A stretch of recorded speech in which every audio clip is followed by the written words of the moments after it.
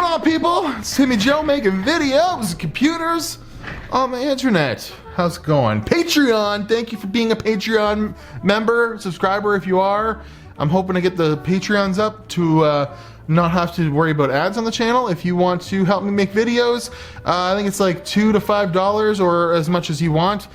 Get your name in the credits and I will be doing a lot more content on there and talking with you guys over on the Patreon. So if you want to get your name in the credits, go get me whatever you can handle right now. I know it's tough times, but another thing here, I got another computer to fix, and I put out some advertising for my local PC repair business recently, and it is it's paying off. We got the IBM Aptiva that just was posted there, the video. I know no one watched it, but I tried really hard on that video. So if you want to go watch an old retrospective on a 75 megahertz Pentium, the first IBM Aptiva, I'll put the link at the end of the video, or you can stop watching, whatever, do the YouTube stuff. Anyways, go give that video some love. Well, today we're gonna troubleshoot a Ryzen 3900X system with 16 gigs of RAM. I think it's 16 gigs of RAM. Yeah, oh, it's 32 gigs of RAM. Interesting stuff. And a x570 Tomahawk motherboard in one of those damn backwards be quiet case. And then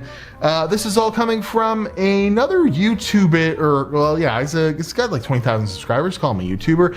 Guy Gary in my hometown. He's got like an outdoorsy kind of channel where he finds Bigfoot or metal detects, or he does a bunch of stuff. He's crazy, but he got a hold of me through my ads that I had posted locally for PC repair.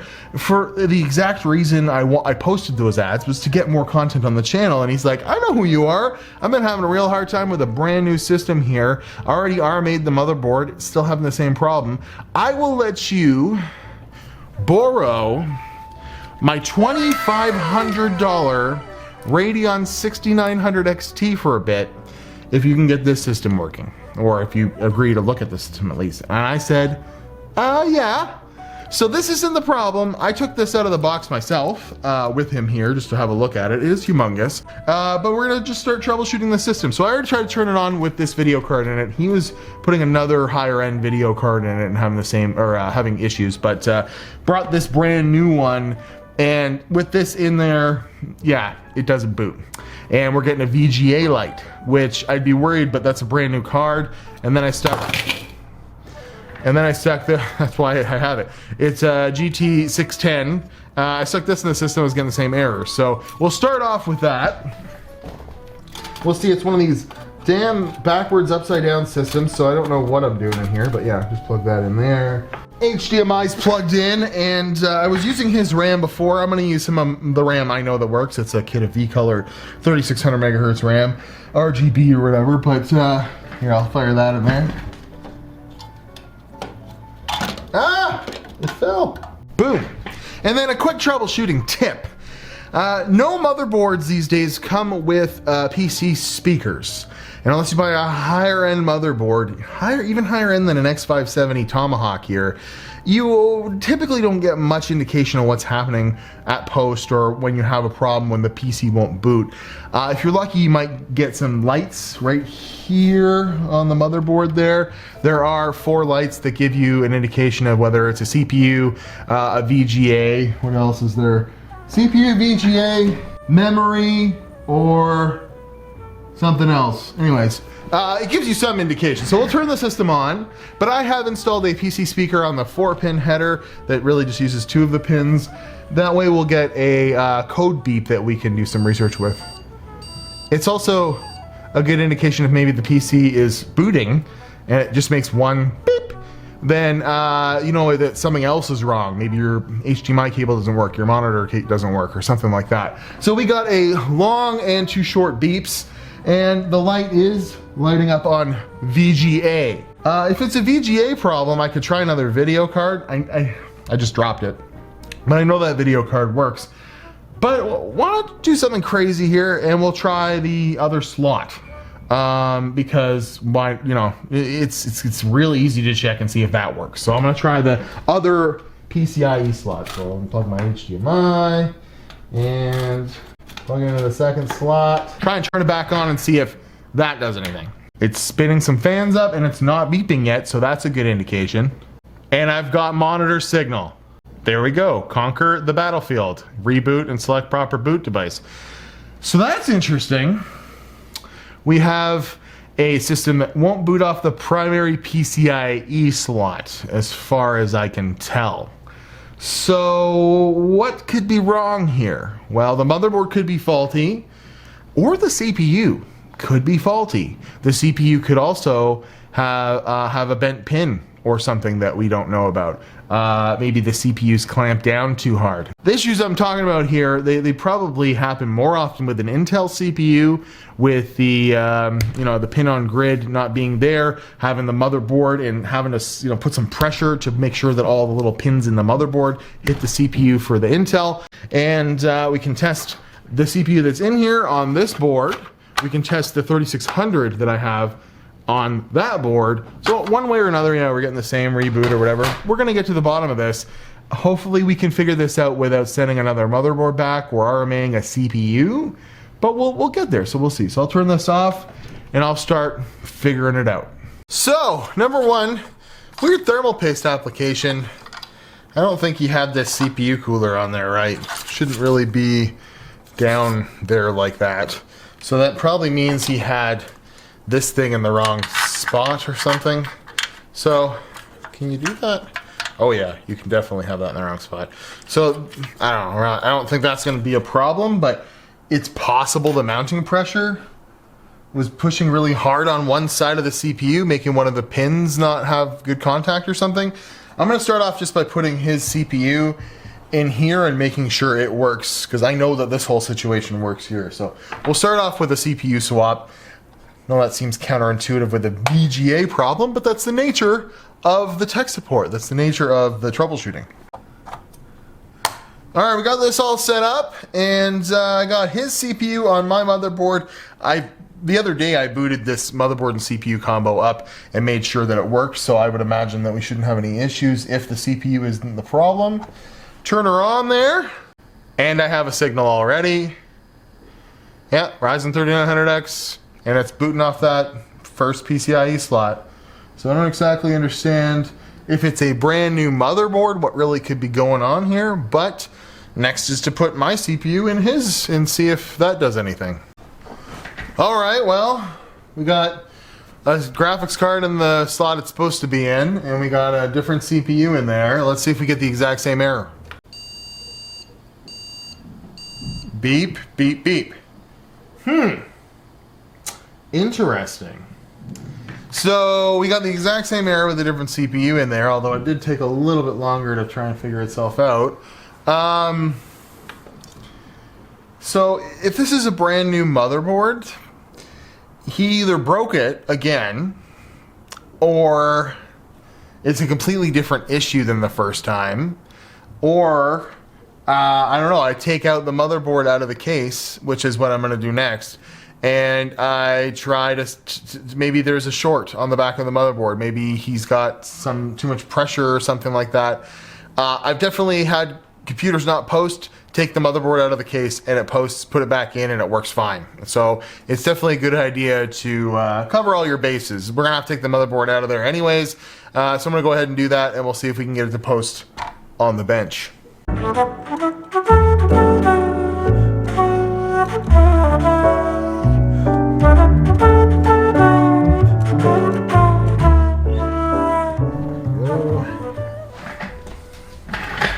Power, HDMI.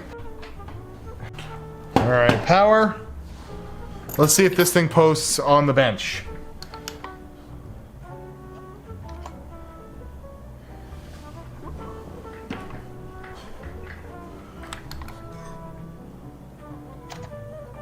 Here's where things get extra silly. So the B450 Tomahawk has its front panel connector in the middle of the bottom of the board, and I was just booting off of it, so my muscle memory was there.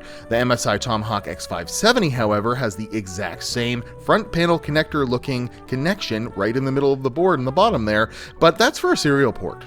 I've never heard of this before, why there's a serial port connector. That makes no sense. It's the exact same pin layout. Apparently you're supposed to connect the power button on the right of the bottom of the board. I never tried that. That's why we ended up ordering a brand new board. Here's a week later.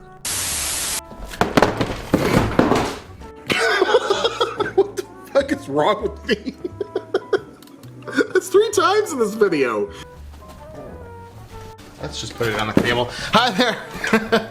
I know it looks like it's the same day because I'm wearing the same shirt. LTTstore.com. I went back and checked the footage, but it is definitely like a week later. And here we are with a brand new motherboard for this project. Absolutely brand new. Whoop. Same motherboard. We did another RMA apparently, and things are hopefully looking. We're just gonna leave this all alone. We're gonna boot it with the CPU, which I had tested in a completely different motherboard on a test bench. Worked absolutely fine. We're gonna boot it on the bench here and make sure it works. A few moments later. All right, on the bench, she's got RAM, she's got a video card, she's got power, and we'll figure out if this is gonna work or not. So,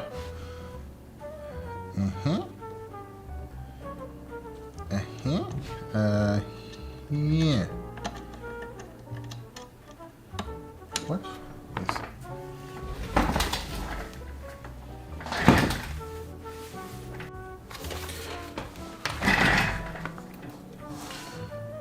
JFP1 front panel connector. There we go. It is on, which is nice to see. Am I gonna have to find a speaker? God damn it. Well, there we go. DRAM. We have 32 gigs of RAM. Bam. We have a piece, it's working in the proper slot. Let's go ahead and put this computer back together for the customer. So I did take the original board and try and boot it properly with the proper front panel connector. And although I was able to get one of my GT 1030s or whatever to boot off the first PCIe slot, I could never get the real video card, the 6900 XT hooked up. It would never post with it. So the board was the issue, and I wasted a lot of time trying to get the original board going for the video just to kind of prove I was an idiot or whatever with the front panel connector thing. But it just turns out the original board somehow got messed up. I'm thinking from that cooler install. All right, so it's done. It's done as far as I'm concerned. It boots into whatever messed up version of Windows he has installed on this, and it's not my baby anymore. It wasn't getting this far before. It gets this far now. The motherboard's been switched out. So conclusions here. Troubleshooting is sometimes very easy, sometimes it's very hard. Sometimes it's like this, where you, like, okay, had I tried to boot it properly that day, we still would have ended up at the same conclusion. It needed a brand new motherboard, because silly me, when I sat here and figured out that I was putting the power button on the wrong header, I had to troubleshoot the old motherboard. And although, for some reason, out of the case, I could get GT 1030 with no power connectors to boot with post with the PC, no problem. It would not post with the proper graphics card in it on the bench or in the case or whatever. So I wound up having to take the old motherboard out and put the new motherboard back in, and it seems to be working perfectly. So what's wrong with that other motherboard? I don't know.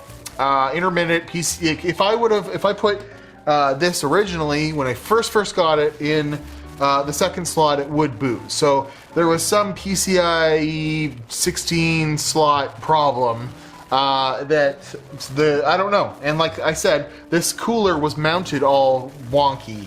It was the thermal paste on it was over. You could tell that like this much of the CPU wasn't being covered. So maybe screwing the CPU down, or the cooler down that way, made a trace on the back of the motherboard work so that it's like intermittently allowing some PCIe first slot access. I don't know anymore. All I know is that a new motherboard solved it, and I'm so tired of this computer, I'm going to wash my hands of it. I don't know. I'm at WatchTimmyJoe's Twitter. Thanks for everyone who's Patreon. If you want to sponsor me on Patreon at like $1, you could get your name in the credits like it's rolling in right now. I love you. Keep it sleazy. Be careful troubleshooting out there. You might cut your thumb.